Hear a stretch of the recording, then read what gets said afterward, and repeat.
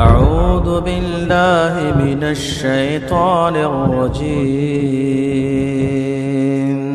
بسم الله الرحمن الرحيم. وما أرسلنا من قبلك إلا رجالا نوحي إليهم فاسألوا أهل الذكر إن كنتم لا تعلمون.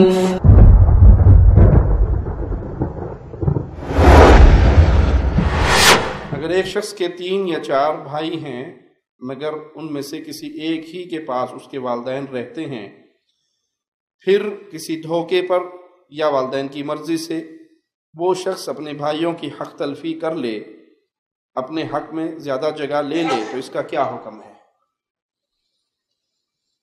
پہلی بات، والدین 10 بچے بھی ہوں تو ماں باپ پال لیتے ہیں نا؟ آپ نے دیکھا 10 بچے ہوں تو ماں باپ نے 5 بچے کسی کو پڑوسیوں کو دے دیے، میرے ہم سے نہیں پلتے تم پال لو۔ خاندان میں اعلان کر دیا ابھی میرے پاس 10 بچے ہیں بھائی، بہت مشکل ہے، جس کا جی چاہے ایک ایک بچہ ہم سے لے جاؤ۔ کرتے ماں باپ بھی ایسے؟ نہیں کرتے۔ ماں باپ 10 بچوں کو پال لیتے ہیں، 10 بچے مل کے ماں باپ کو نہیں پال سکتے۔ ماں باپ 10 بچوں کو پالتے ہیں، 10 بچوں سے ماں باپ نہیں پالتے۔ وہ کہتے ہیں جب چھوٹے تھے تو ہماری بہن بھائیوں کی آپس میں لڑائی کس بات پہ ہوتی تھی؟ بڑا پیارا جملہ کسی کہنے والے نے کہا ہے، جب چھوٹے تھے تو ہماری لڑائی ہوتی تھی ماں میری ہے۔ چھوٹے چھوٹے بچے آتے ہیں نا، ایک بچہ کہتا ہے امی میری ہے، وہ کہتا نہیں امی میری ہے، ابو میرے ہیں، نہیں ابو میرے ہیں۔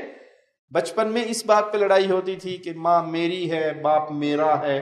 جب بڑے ہو گئے تو اب لڑائی ہوتی باپ تیرا ہے، ماں تیری ہے۔ میں نے ٹھیکہ لیا، تمہاری ماں نہیں ہے، صرف میری ماں ہے۔ بچپن میں لڑتے تھے ماں باپ ہمارے ہیں، بڑے ہو کر کہتے ہیں ماں باپ تمہارے ہیں، تم سنبھالو، مہینہ میں نے رکھ لیا، مہینہ تم رکھو۔ انا للہ و انا الیہ راجعون۔ بڑا خوش نصیب ہے وہ انسان جو بڑھاپے میں اپنے ماں باپ کا سہارا بنتا ہے، بڑا خوش نصیب۔ یہ زمین، یہ پلاٹ، یہ دکان، یہ مکان انسان کو کچھ نہیں دیتے، ماں باپ کی دعاؤں سے انسان وہاں پہ پہنچ جاتا ہے جہاں پہ اس کا تصور بھی نہیں ہوتا۔ اس لیے کبھی بھی بوڑھے ماں باپ کو سنبھالتے ہوئے اپنے دل میں تنگی نہ لاؤ کہ میں اکیلا ہی سنبھالوں۔ خوش ہو جاؤ کہ یہ نیکی اللہ نے اگر تمہارے کھاتے میں رکھی ہے تو اللہ تم سے راضی ہے، کیونکہ یہ ماں باپ جنت کا دروازہ ہے۔ جنت کے 2 دروازے ہیں، اور ایک حدیث میں ہے باپ کے بارے میں اللہ کے نبی صلی اللہ علیہ وسلم نے کیا فرمایا؟ جنت کا درمیانی دروازہ ہے، جو چاہے اس کی رکھوالی کر لے، جو چاہے اسے ضائع کر دے۔ تو ماں باپ کو اپنے اوپر بوجھ نہ سمجھو، اپنی قسمت پہ خوشی کا اظہار کرو کہ اللہ نے ماں باپ کی خدمت میرے ذمہ لگا دی، میرے کھاتے میں لگا دی۔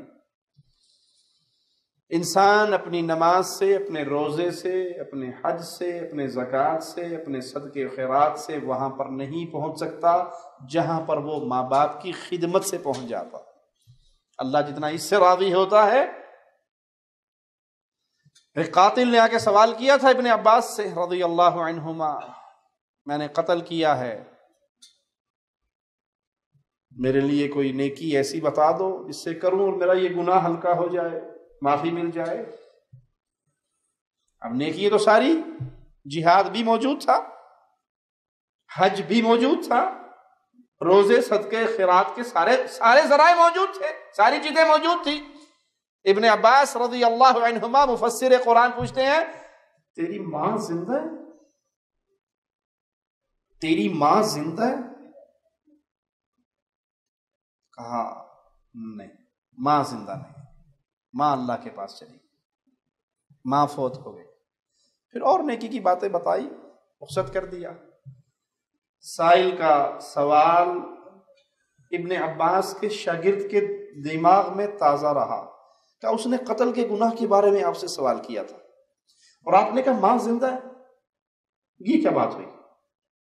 کہا میں ماں کی خدمت سے بڑھ کر کوئی نیکی ایسی نہیں جانتا جس سے اللہ اس گناہ کو بھی معاف کر۔ رہا یہ ماجرا کہ کوئی شخص اپنے ماں باپ کی خدمت کرے اور پھر دھوکے سے اپنے بھائیوں کا حق مار لے، وہ بہت بڑا گنہگار، بہت بڑا گنہگار ہے۔ حدیث میں آتا ہے جس نے پیلو کی مسواک 1 ریال کی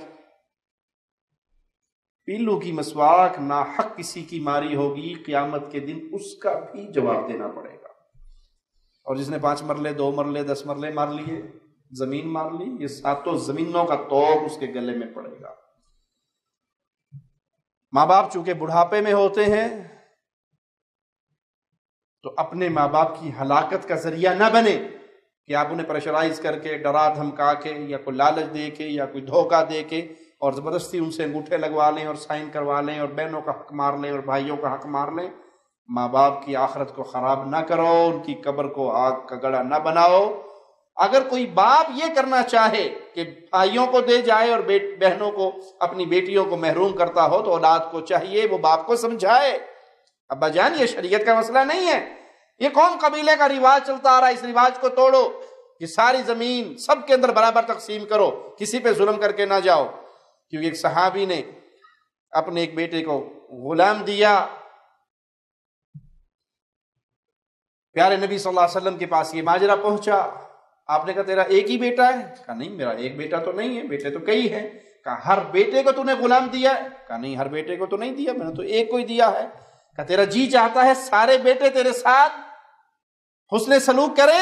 کہا جی یہ تو جی چاہتا ہے کہ اولاد میرے ساتھ برابر حسن سلوک کرے۔ کہا پھر تو ان کے ساتھ برابری کیوں نہیں کر رہا؟ یہ ظلم ہے اور میں اس ظلم پہ گواہ نہیں بن سکتا۔ اگر باپ کسی ایک کو زیادہ دے کے جاتے ہیں، باقیوں کو محروم کر کے جاتے ہیں، وہ اپنی آخرت خراب کر رہے ہیں۔ اولاد کا حق بنتا ہے ایسے ماں باپ کو سمجھائیں اور وہ مال جو اللہ نے جس کا حق رکھا ہے اس کے درمیان برابر تقسیم کروائیں۔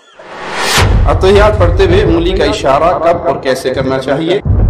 آج کل برما کے مسلمانوں پر ظلم ہو رہا ہے، کچھ لوگ برما کے نام پر پیسے جمع کر رہے ہیں مگر پتہ نہیں وہاں تک پہنچتا ہے یا نہیں، کیسے تباہ کیا جائے اور مدد کرنے کا اس کے علاوہ اور کیا ذریعہ ہو سکتا ہے؟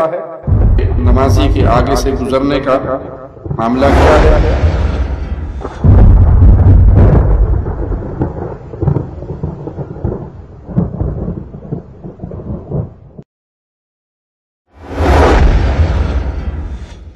تو یہ قبر کی زندگی 1000 2000 3000 4000 سال کوئی پتہ نہیں کتنی ہے، لیکن یہ بھی ختم ہو جانی ہے اور اس کے بعد پھر آخرت کی زندگی ہے جو کبھی ختم نہیں ہونی۔ ارے بھائی 60 سالہ زندگی کے لیے یہ قبر کی زندگی بھی خراب کر لیں اور آخرت کی زندگی بھی خراب کر لیں۔